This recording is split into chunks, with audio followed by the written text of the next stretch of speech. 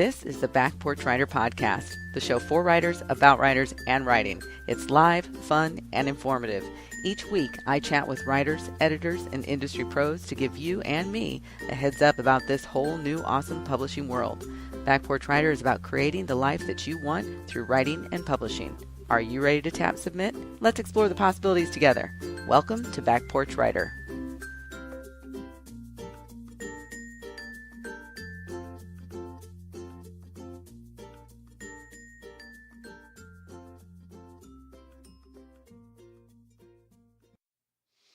Hi, everybody. I'm Corey Miller with the Back Porch Writer Show, and I have Ani Manjikian with me here today to talk about her books, her writing, just everything about being an author. And the way that I met Ani was actually through the Brain to Books Cyber Convention that just happened over the April 8th, 9th, and 10th. So it really recent. And in fact, you probably can still access the information that happened over the weekend if you missed it over at the Brain to Books website. They're over on Goodreads, but there's actually a new website too. So you'll be able to access the recordings that happened. It was covered. It was a live covered event. That doesn't even make any sense. But you know what I'm trying to tell you, people, is that they covered it live. Someone had this going on YouTube, the whole event. So anyway, you can access that at Brain to Books website. So check it out. Angela B. Chrysler is the person who put it all together. This was her second year doing it. And of course, she did it with a lot of help. But she is the brains behind the Brain to Books Cyber Convention, and it will happen again in 2017, and it will be the first weekend in April. So mark your calendars now. But without further ado, let me welcome Ani to the program. Hi, Ani. How are you? I'm doing good, Corey. How you doing? Well, not too bad. I have to say it's pretty nice outside right now here. It's not cold or anything. Yeah, it's kind of cool out here too. I mean, we're in I think Washington's in its sunny and rainy kind of cycle where one day it's sunny or during the day it's sunny and then at night it rains. So that's kind of nice. Yeah, we're getting it's still sort of cool in the morning and then it's been warming up. Although it's a little bit windy today, but it's I like this. I like spring when it's cool in the morning and then sort of warm and then cools off again. Yeah, I think that's nice. So spring and fall, those are my seasons right there, spring and fall. I hate summer because it's too hot. Yeah, I don't blame you. Nebraska gets too hot and humid in the summer. I don't recommend visiting Nebraska in the summertime. I really don't. All the other seasons are fine. All the other ones work great. So what is it that you write? So tell everybody all about you. Well, what I write contemporary. I call it contemporary because it doesn't pull from one single genre. It pulls from like science fiction, mystery, thriller. Basically, it's more of a character study and story oriented, not thinking about genres, not thinking about putting little things in boxes because I don't believe in boxes. I've been writing for a very long time. It hasn't exactly, it's been like life gets in the way and need to make money, so writing kind of takes a little side trip. Okay. So doesn't that make it challenging when you go to upload your book, say on one of the platforms, whether it's Amazon or Kobo or whatever, and you have to pick a category or a couple different categories, like in Kindle you can only pick two. What do you do? What do you end up doing? Well, I end up picking science fiction or fantasy because really when you consider the definition of fantasy is basically something that doesn't exist or something that is created to explain something else. And that's what it is basically. So it kind of fits in the science fiction fantasy category, or the military category even. So I have a couple of options. I just wish people would do more of contemporary because that's what it really is. Mm-hmm. Mm-hmm.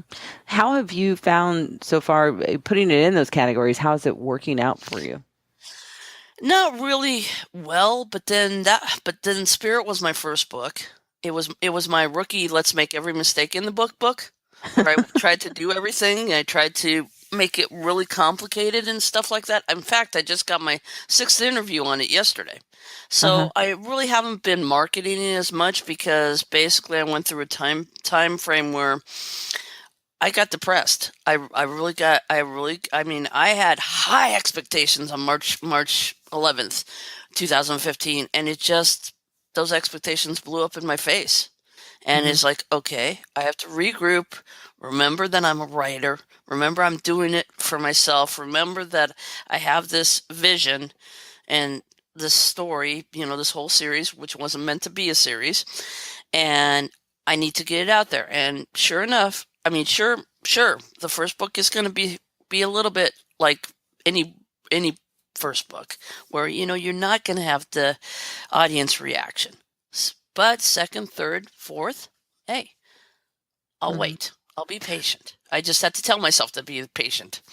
So, what do you think has gone well in terms of your first attempt with the first book, and what do you think you could change? Because as an indie author, we can make changes.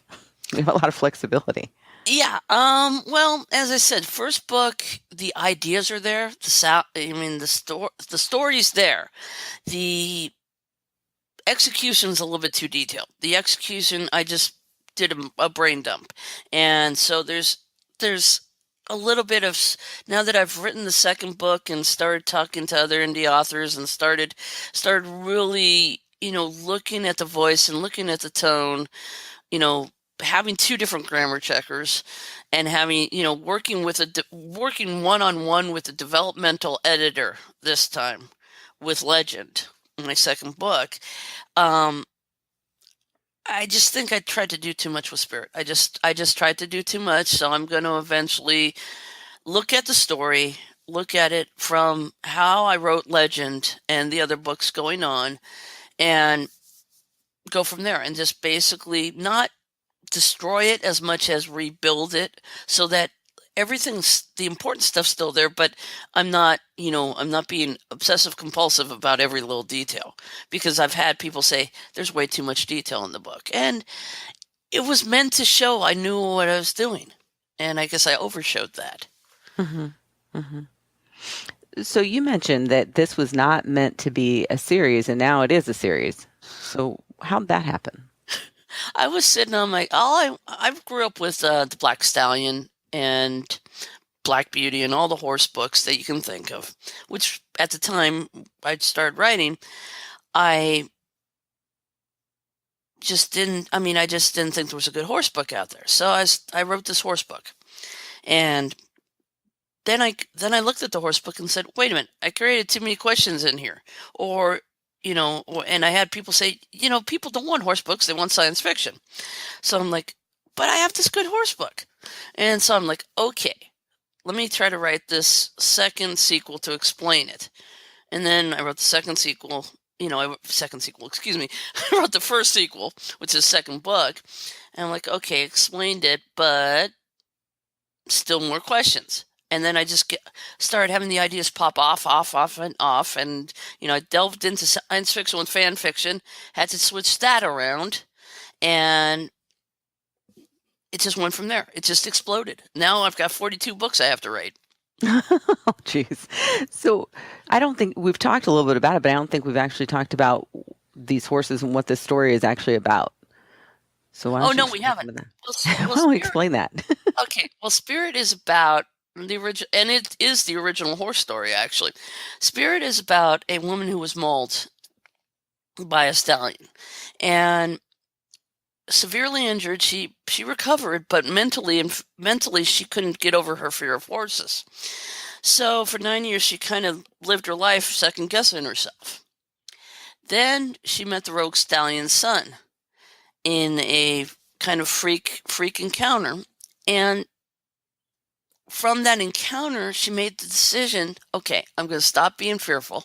Yes, spoiler alert, I give you her decision.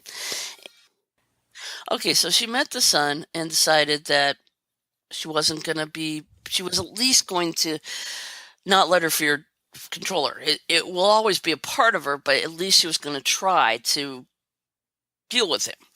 So she deals with him and then decides she's going to fulfill her lifelong dream of trying to win this prestigious international competition. She starts out in the competition and then ends up getting attacked by this guy who thinks she actually not stole something from him. That's part of it, but also something that happened back in the 1850s between their grandparents. where his grandparent was killed after a misunderstanding with hers. The grandparent was killed after just a really, guns drawn, shots fired, but nothing really happened kind of thing. Like the one person was grazed, so he shouldn't have died.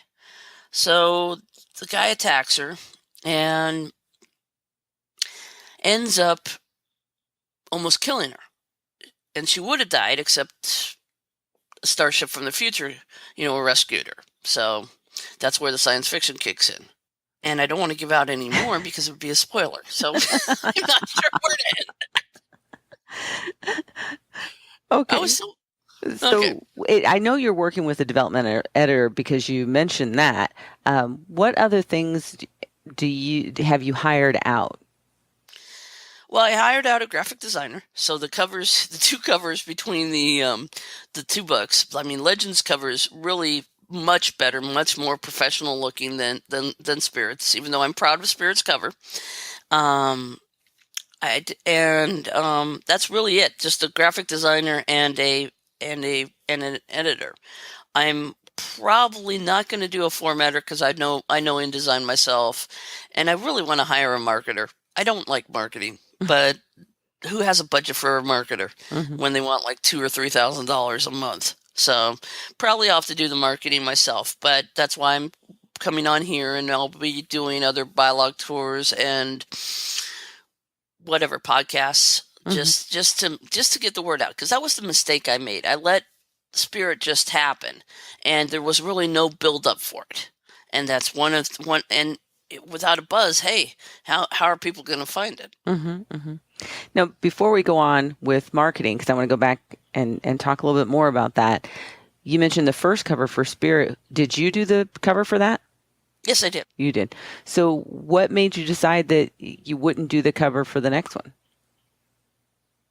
Because I've been I've been working on it for a decade, and it came out looking really stupid. Oh, jeez. Um, it looked like a cartoon. I wanted a painting, and I wanted what is on the cover right now. I wanted it exactly like the cover was, but I just couldn't do it. I couldn't get that feel. I couldn't get that vibe, and so I just basically turned it over to a lady by the name of Julie Nichols, and she just does some amazing stuff. She's worked with other indie authors. In fact, it was Jen Winters who recommended her to me. And given 5 pieces of clip art, she made an amazing cover. So I can't wait to see what she does for the rest of the series. Hmm. I did, however, the Stars of Heroes logo is mine, so I did contribute a little bit, but you know, in the scheme of things, it's all Julie's work. Hmm. I think it's important to figure out as an indie author what your skill set really is. For myself, I cannot do covers. I've tried several times and they all suck. And I'm not being hard on myself. I'm being honest. They do. I don't have an eye for design and for graphic design and all of that. And so they just don't look good. I have in my head what they should look like, but that never translates when I try to do it myself. So that's one of the things I hire someone else to do. And I'm still learning about cover design because the other side of that is you hire someone to do it. But I think as an indie author, you should still have knowledge of that process so that you know when you look at those cover designs, you know what you're looking for. But that's just my take on it. But I Well, do think. I agree with you totally. I totally agree with you. I do know graphic design from the fact that I could put things together, but I can't draw with beans, and I can't really. I mean, I'm good enough to create buttons and little things, but when it comes to doing imagery, my strength lies in photography, just not just the computer stuff, not drawing, not or photo manipulation, not. But for some reason, just cover design, I have too much of an intense vision that my perfectionist side kicks in, and it's like, okay, I'm not going to do it because I just can't do it. I mean, I do have a skill set, like I have an oddball skill set. I'm a web developer, so I can do the websites, I can do the Twitter, I can do everything else. But when it comes to graphic design, unless it matches the vision in my head, I don't want to touch it. Hmm. See, and for me, there's a level of detail involved in doing that work that makes me crazy. Mm, and mm, and there's a huge learning curve.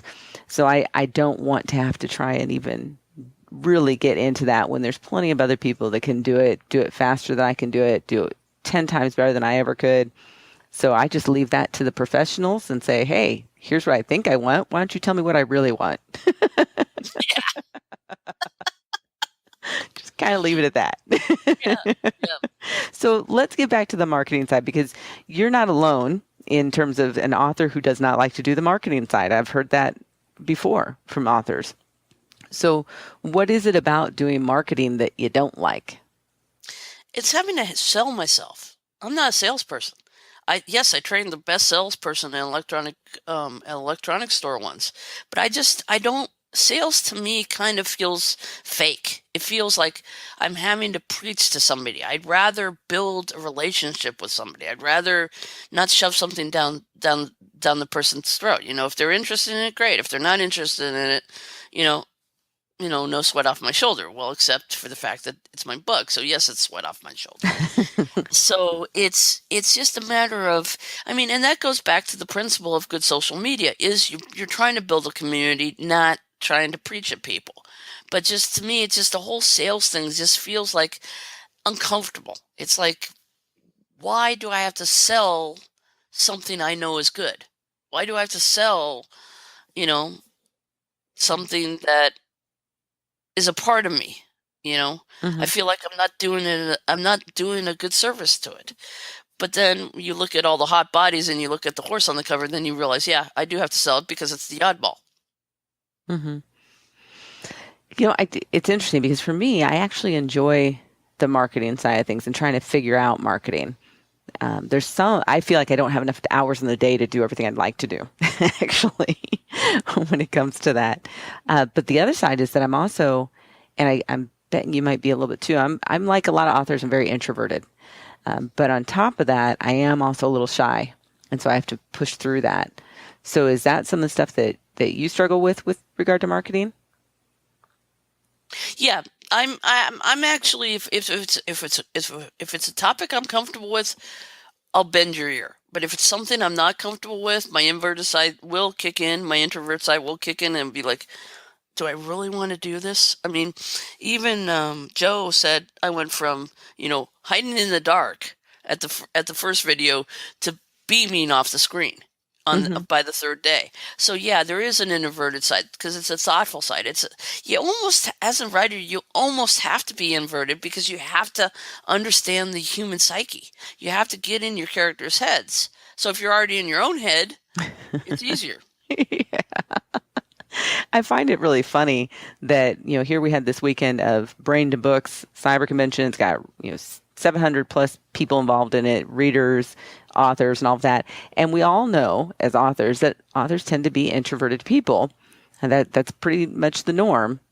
And yet at this, cyber convention, we had some seriously introverted people doing some amazingly extroverted activities. Yes, I very mean, much so. which was funny, because you mentioned Joe. For those listening, his name's Joe Compton, and he has a thing called Go Indie Now. Isn't that right? Go Indie Yeah, Now. right. And he's the one who did the 72-hour live coverage of the event. And he is a fairly introverted guy. And he was the one leading that charge to do all of that, which is really funny when you think about it. But it's like you said, you get into an area where you feel comfortable, and then you're perfectly fine doing those things, and coming out of your shell a little bit to do them because it's comfortable, and you forget. I don't know about you, but I would forget that we were being recorded, in some of those events, and just be totally relaxed and talking about whatever because I forgot that other people were even in the chat room. Yeah, I did too. If I didn't look at myself, I was fine. If I didn't, if I wasn't looking at the video, and you got to the point of you were talking to people. You weren't thinking about the flash of the camera. You weren't thinking about the camera switching back and forth between who was talking. You were actually the conversation became became the focus because there were so many good conversations going on. I mean, we had like, I was on two of the panels, the one with diversity and one with science fiction, and then I was on three hangouts with Joe. And each hangout had a unique conversation going on. I mean, we talked about from everything from SEO to being a first-time writer to just a variety of topics that interested our audience. And that's what made it great too, was we actually had people sitting there writing comments to us, and we were answering their comments.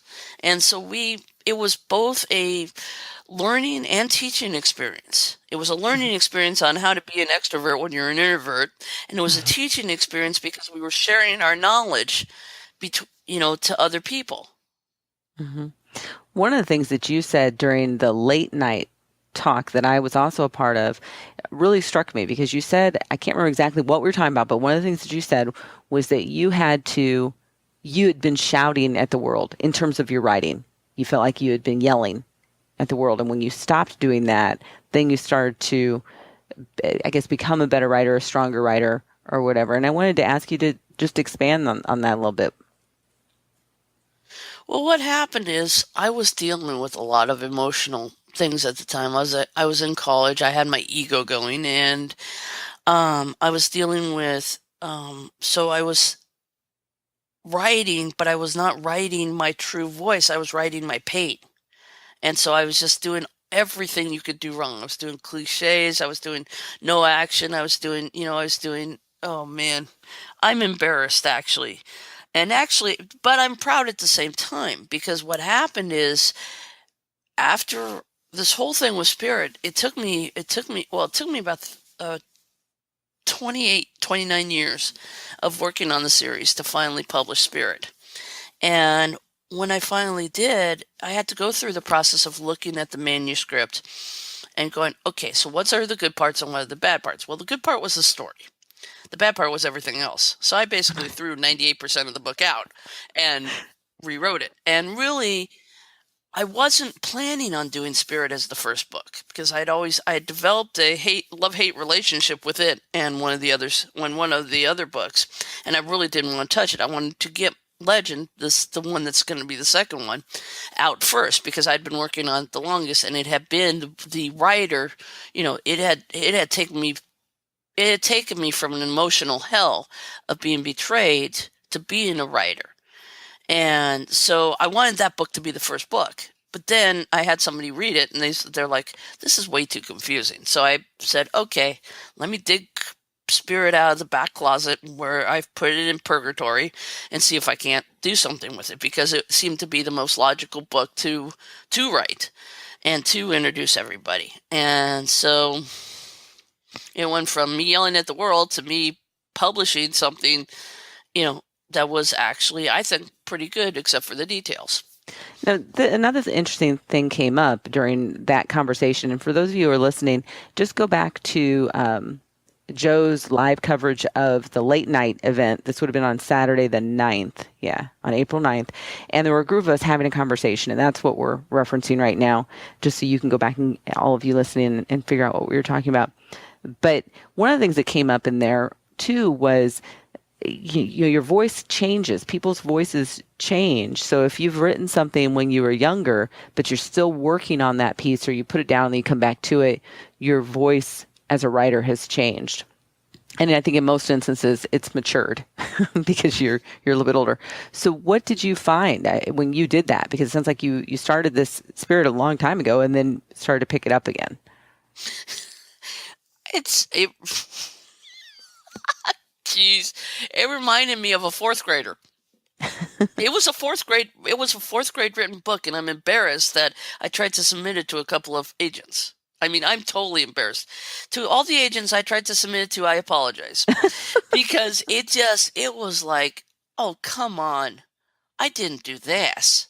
I'm like, I had to get over myself and go, okay, yes, you did this. Now buckle down and just write it like it's supposed to be written.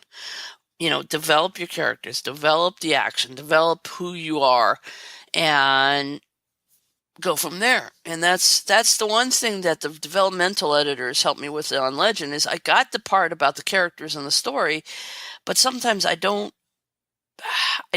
translate all my emotions correctly. I either don't have enough or I have too many. So that's the one area she's really helped me with, and that's the one difference you can see between Spirit and Legend is Legend is a lot more polished. Legend is a lot more of where I want it. So anyway, the difference, she's helped me add the layers that aren't in Spirit. I'm not knocking Spirit in any way because I still think it's a good book. I still think it has great parts. It just needs a little bit more polish. So, Well, having said that, do you think you would go back and do like a revised second edition of it? yes, I'm planning on it. Oh, In fact, when after I release Legend, I'm going to work on a third book. I haven't quite decided which book it's going to be yet. I haven't decided whether I'm going to continue. See, what I've done now in my organization is, because I'm a chunker, so I will write by the seat of my pants. I will just dump ideas into Scrivener, and that's how I ended up with 42. Well, that's how I ended up with about 26 books. And then I sat down one night and said, okay, I have this brilliant idea. It was totally it was related to the series only because it ended up being in the same century, but it was a totally brand new idea that I just mapped out in Scrivener's mind mapping software that's called Scabble. And I'm like, okay, so now I have a new series. What do I do with it? And then I realized how close it was to the old to the current one. And I'm like, okay, so I have this where I want to do alternate time realities. That's one part of the series. Then I have origin stories that would be flashbacks in the main series. So that really can't happen because I think I ended up with like 2 books in a row that were flashbacks. I'm like, no, that can't happen. People will kill me for flashbacks. They're already going to kill me for the time paradox. So I created Origin Worlds, which is going to be an episodic. It's still going to be part of the main Stars of Heroes series, but it's going to be the episodes that give you the little bit more detail of the characters, or like the mauling and other things that happen in Spirit that I couldn't really cover that much because I wanted to move the story along. And then there's going to be the core series. So I organized that part, and I'm like, okay, so how many books do I need in each series?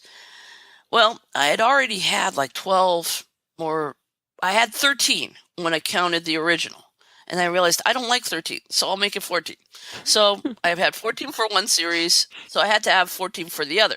And I have all 14 books for both the origin and the main series mapped out, or at least titles. Some of them are titles, some of them are have more details. I mean, that's what happens when you're a chunk writer. The alternate reality series, or alternate reality part of the series, has 3 books mapped out.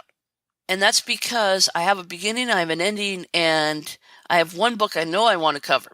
But I'm not sure if I'm going to do alternate reality for the series, or if I'm going to do a mix of an alternate reality of current events and the series. So I'm going to wait till I complete both origin stories, or origin worlds, excuse me, I called origin stories, but the title's going to be Stars of Heroes Origin Worlds. I'm going to wait until I get the core part and origin worlds done, then go back to the alternate timeline series. That way I have everything. mm-hmm. Or maybe I won't get all the way through them, but I'll at least have enough so I can start the third part.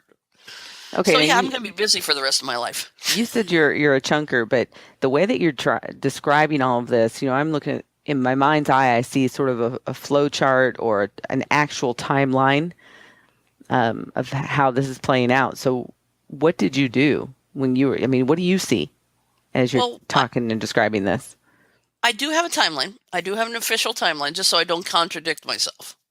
I do have a timeline, and I do have, and I'm actually morphing. I'm actually morphing into a more organized person, because when I started, yeah, it was chunking. I would just open up Scrivener, or I would open up whatever project, whatever program suited me at the time, and I would just write. I would just flow write.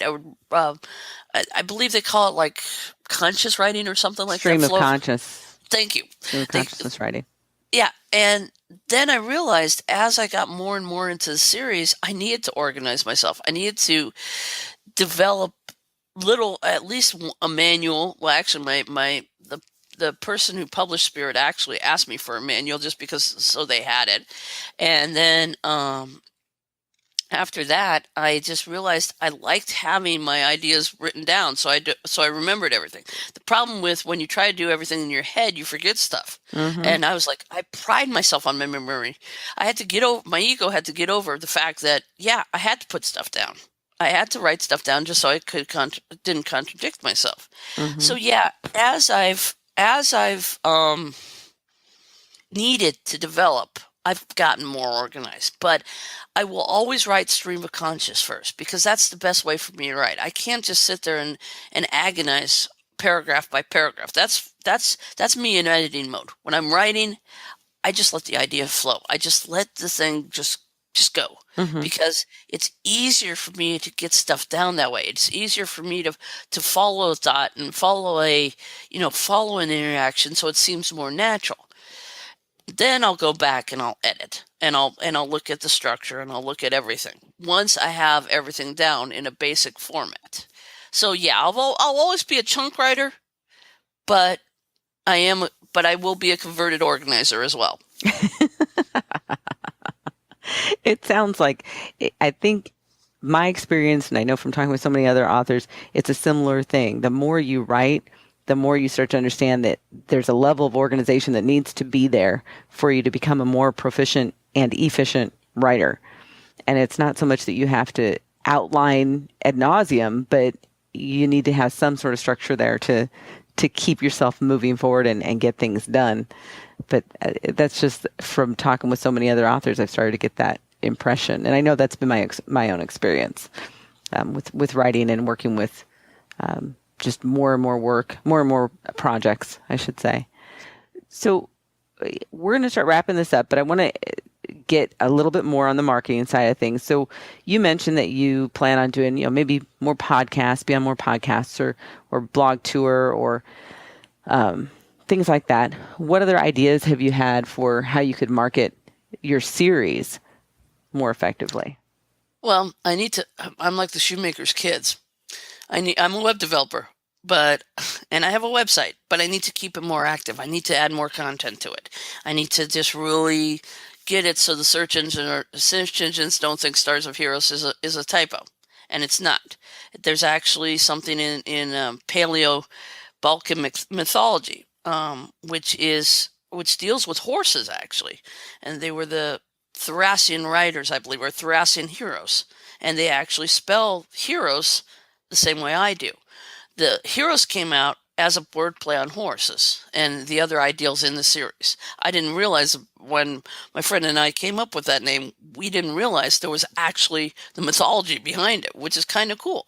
So yeah, getting my website out there, connecting with more people, connecting with more people on Facebook and Twitter, and just kind of not doing what I was doing. Because when I really get into Facebook and Twitter, my followers count goes up. When I write constantly on my blog, my followers count goes up. So I know how to do it. I just need to find the time to do it. And I guess that's the other thing about being an indie writer is you have to do so many things.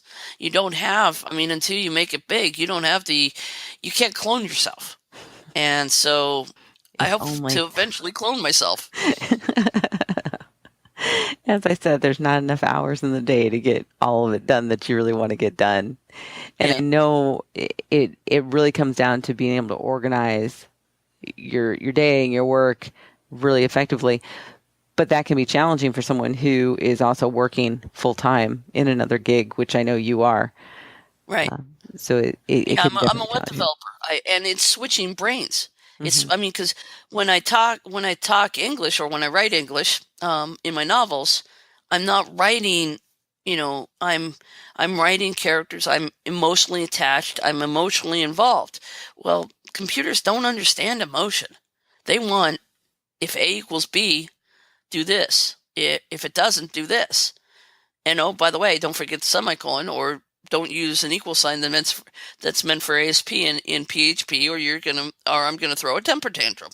I mean, so yeah, they are human in a way, but they're more logical. So it's like, by the time I get done writing programming, I don't want to write emotional, because it's just too much effort went into the logical side. So I just, I'd rather play games or or watch Netflix, go on a binge watching Netflix, that, a show I haven't caught up on. Yeah, because it's just the disparity between the two is so different. I mean, yes, I can use the technological references in my books, but that's about it. It's not like I can program a computer to write a story. Actually, though, they do have an AI that has tried to write a short story. I'm still not impressed with it. Well, Ani, I want to thank you so much for being with me here on the Back Porch Writer Show. I appreciate your time. And, it's so much fun to talk with other authors and get to know other authors and the way that they think in their process. And so I really appreciate you sharing that with all of us. You're welcome.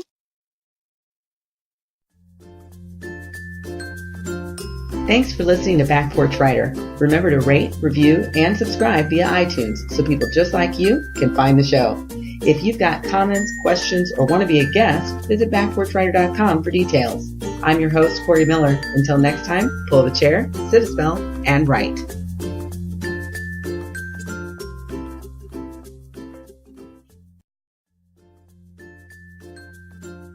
Thanks for listening to Back Porch Writer. Remember to rate, review, and subscribe via iTunes so people just like you can find the show. If you've got comments, questions, or want to be a guest, visit backporchwriter.com for details. I'm your host, Corey Miller. Until next time, pull the chair, sit a spell, and write.